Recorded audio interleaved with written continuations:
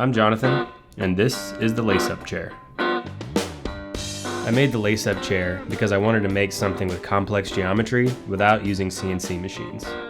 It's called the lace-up chair because it's one long piece of rope laced through eyelets to hold it together. It's a lounge chair, and the dimensions are based on the famous Barcelona pavilion chair.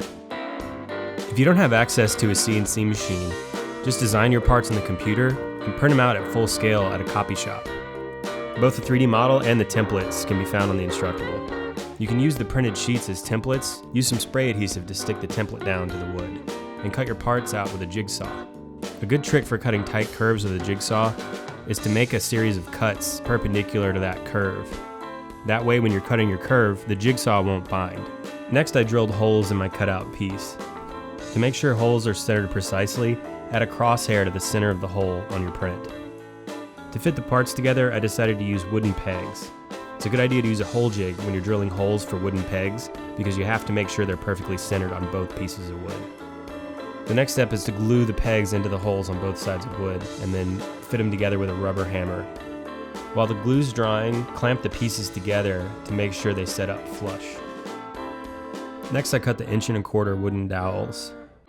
To keep the wooden dowels in place, I used a wooden peg centered on the end of the dowel that fits in a hole on each side of the chair.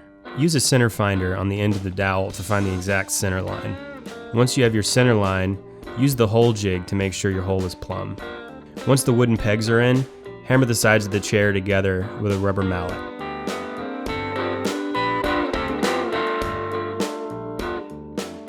Tie a knot at the end of your 100-foot rope and start at the top. Then go back and forth and lace the rope through every eyelet on your chair.